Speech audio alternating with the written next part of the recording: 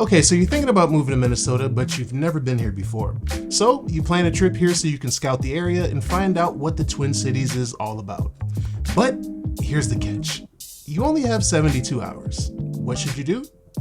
Stay tuned to find out. What's going on, guys? Brandon Archie here, aka your favorite Minnesota realtor. And in this video, I'm going to be giving you guys my top 5 things to do when you're in the Twin Cities so that you can not only make good use of your time while you're here, but also give you some of the highlights of what Minnesota is all about. And make sure you stay till the end of the video because number 5 is my absolute favorite thing to do in Minnesota. But first, if you are thinking about moving to Minnesota, whether it be now or next year, then shoot me an email at brandonarchie@kw.com so that we can schedule a meeting to go over what it is you're looking for and put together a plan to make your move as smooth as possible. And if you find this video helpful, please make sure to hit that like button and consider subscribing. Now, let's get started. Okay, so number 1 on the list is probably the most obvious choice if you've never been to Minnesota, and that is visiting the Mall of America, which is the largest indoor shopping mall in the entire United States. Or at least it used to be. Now, a fun fact about Minnesota is that we are also responsible for the world's first indoor temperature-controlled shopping mall, which was Southdale Mall and is located about 10 minutes from the Mall of America in Edina, Minnesota.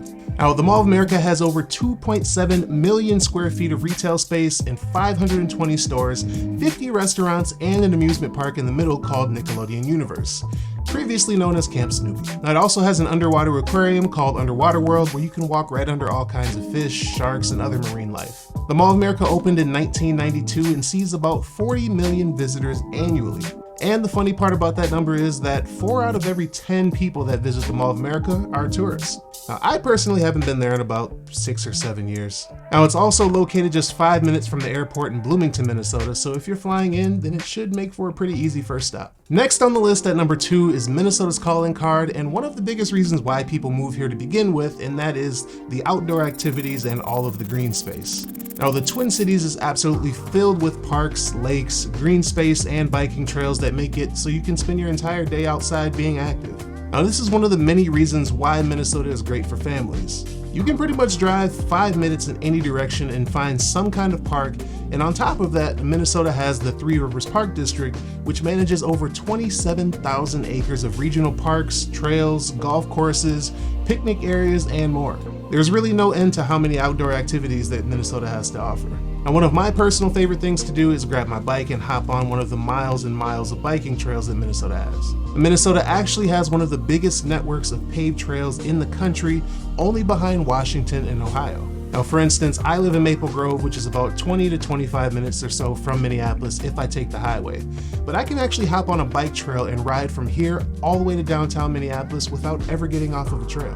Now, it not only makes for good exercise, but it also makes getting around from city to city super easy if you don't feel like driving. Now, if you want a little more of an extreme experience, then you're in luck because Minnesota's wide variety of park reserves also offer unpaved trails, which are rated at all different difficulty levels. Now, you can hop on a blue trail and take a casual scenic ride through the trees, or strap on your knee and elbow pads so you can hit some of the jumps and ride over these big rocks on one of the black rated trails. Either way, there's no end to the amount of fun that you can have here on a bike. And speaking of outdoors, that segues perfectly right into number 3, and that is going brewery hopping at one of Minnesota's many craft beer makers. Now, Minnesota is known for its craft beer scene, and we're actually one of the leaders in that category with over 230 craft beer makers. Now, I know that not everyone likes to drink beer, but to me, touring the craft beer scene here is more than just about beer. Now, I enjoy going to breweries more so because of the atmosphere and overall vibe. Most of the breweries have an outdoor patio, and most people just go just to socialize. There are usually a bunch of fun games to play, and most breweries will also have food trucks and even live music. Now, a big chunk of the breweries here also allow dogs as well, so feel free to bring them along for the fun as well. If you want to go make some friends, have some good conversation, and play some games, then a brewery is your best bet. They're also pretty family friendly as well, so you can bring your kids with you too. And don't worry if you're not a beer drinker, because most breweries also have other alternatives like NA beers, kombucha, seltzers, and even THC drinks.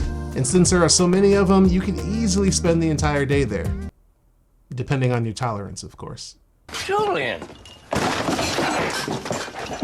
Now, if you're from Minnesota, then leave a comment below on some of your favorite breweries. Moving on to number 4, which is probably one that you wouldn't think of when you think about Minneapolis, and that is our food scene, which is heavily underrated. Now, when you think of other cities and what they're known for, you would probably say New York is known for pizza, Nashville is known for hot chicken, Kansas City is known for barbecue. Well, Minnesota isn't really known for any one in particular thing other than probably the Juicy Lucy. But where Minnesota shines is that we have a lot of variety of foods to try here. Now, whether you're looking for a Mexican, Indian, a good steakhouse, or some kind of fusion, then Minneapolis has it all. The restaurants in Minneapolis do a great job of creating new dishes that are inspired by multiple different cultures and gives a fresh take on traditional foods as well. One of my favorite places is a small restaurant called Veli in Northeast Minneapolis that is actually an Asian-Mexican fusion. They basically make popular Asian cuisines but use Mexican-inspired sauces and spices. My favorite thing to get there is the barbecued pork banh mi sandwich.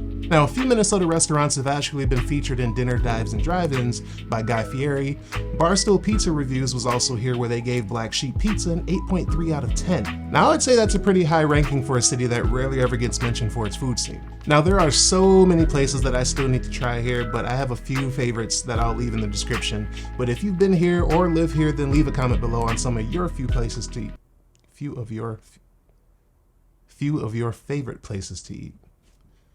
And now the moment you've all been waiting for, number 5, aka my absolute favorite thing to do in Minnesota. But before that, if you are finding this video useful, then please make sure to hit that like button for me and also consider subscribing.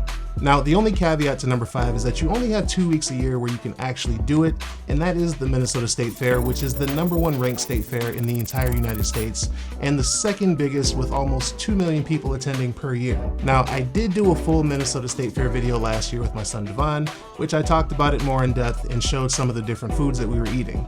So if you are interested, you can watch that here.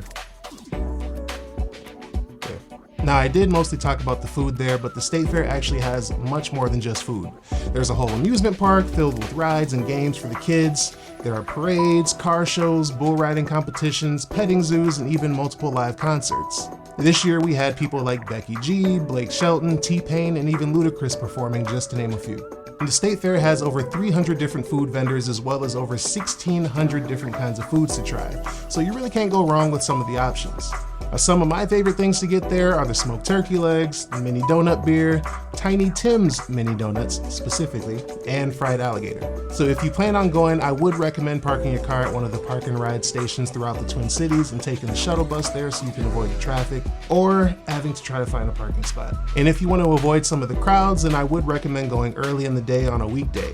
But if you want that full State Fair experience though, I would suggest going there on a weekend.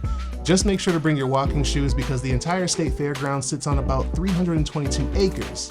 And if you stayed there for the entire day, then you may get to see everything, but Minnesotans typically go there multiple times a year. I myself typically go about 2 or 3 times a year, especially because some of the food and drinks there can only be had during the state fair. And if you miss it, then you'll have to wait an entire year to get it again. Now, if you're considering moving to Minnesota and you want to know what my top 5 personal favorite cities are that you should consider, then you should watch this video next.